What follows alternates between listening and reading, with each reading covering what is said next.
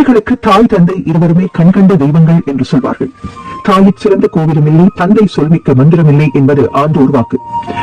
இருந்தாலும் தாயை பற்றி பெரிய அளவில் பேசப்படுவது அனைத்து விஷயங்களிலும், அதாவது கவிதைகள் ஆகட்டும், பாடல்கள் ஆகட்டும், தாயை பற்றி ஏராளமான பாடல்களும் கவிதைகளும் வந்து கொண்டுதான் இருக்கின்றன. இருந்தாலும் இந்த தந்தையை பற்றி கவனிப்பது கொஞ்சம் குறைவு என்றுதான் சொல்ல வேண்டும் பொதுவாக பார்க்கும்போது.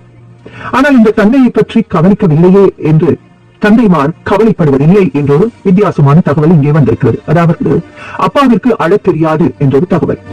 குடும்பத்திற்காக மாடாய் உழைத்த போதும், பிள்ளைகளின் பசியாற்ற ஓடாய் தேய்ந்த போதும் என்னடா வாழ்க்கை இது என்று ஒரு நாளும் இந்த தந்தை அழுதிருக்கவே மாட்டார். மனைவியை நெஞ்சில் சுமந்து, பிள்ளைகளை தோளில் சுமந்து, குடும்ப பொறுப்புகளை தலையில் சுமந்து போகும் வழி தெரியாமல் விழி பிதுங்கி நின்ற போதும் தான் கலங்கினால் குடும்பம் உடைந்துவிடும் என கல்லாய் நின்றவர். ஆனால் நாம் எல்லோரும் அவரை கல் என்று நினைத்து விட்டோம். பொதுவாக அம்மாவிடமே பிள்ளைகள் ஒட்டிக்கொள்ளும். அம்மாவிடம் ஒட்டிக்கொள்வோம், அப்பாவிடம் எட்டி நிற்போம். முகம் கொடுத்து பேசிய வார்த்தைகள் சொற்பம், மிக மிக சொற்பம். ஆனால் தோல்வியில் துவளும் போது பிடித்துக் கொள்ள அப்பாவின் கைகளைத்தான் முதலில் தேடுவோம். இது யதார்த்தம், உலக யதார்த்தம். நம்மை அள்ளி அணைத்து முத்தமிட்டதில்லை என்றாலும் தள்ளி நின்று உணர்ச்சி வெள்ளத்தில் ததும்பும் ஜீவன் தான் அந்த அப்பா என்ற ஜீவன். நாம் உண்ணும் சோறும் உடுத்தும் உடையும் படித்த படிப்பும் அப்பாவின் வேர்வையில் தான் என்று ஒரு நாளும் அந்த தந்தை சொல்லிக் காட்டியதே இல்லை. நேரில் நம்மிடம் 4 வார்த்தை கூட பேசாதவர், ஆனால் ஊர் முழுக்க நம்மை பற்றித்தான், அதாவது பிள்ளைகளை பற்றித்தான் பெருமையாக பேசித் திரிவார் தந்தை. அம்மாவின் பாசத்தை அங்கலாய்க்கும் நாம் அப்பாவின் பாசத்தை உணரக்கூட இல்லையோ என்று தோன்றுகிறது.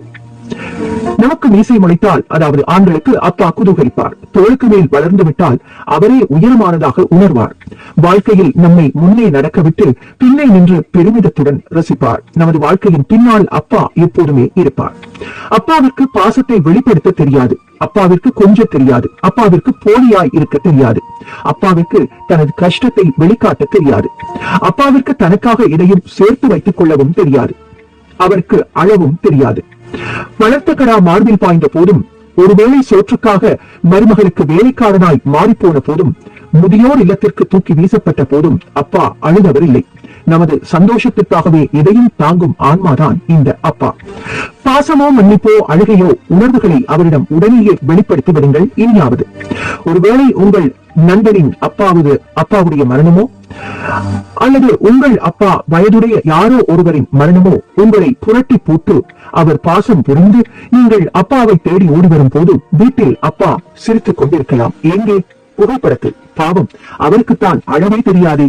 எனவே தந்தைமாரை இருக்கும் போதே கவனிக்க வேண்டும் என்பதே இந்த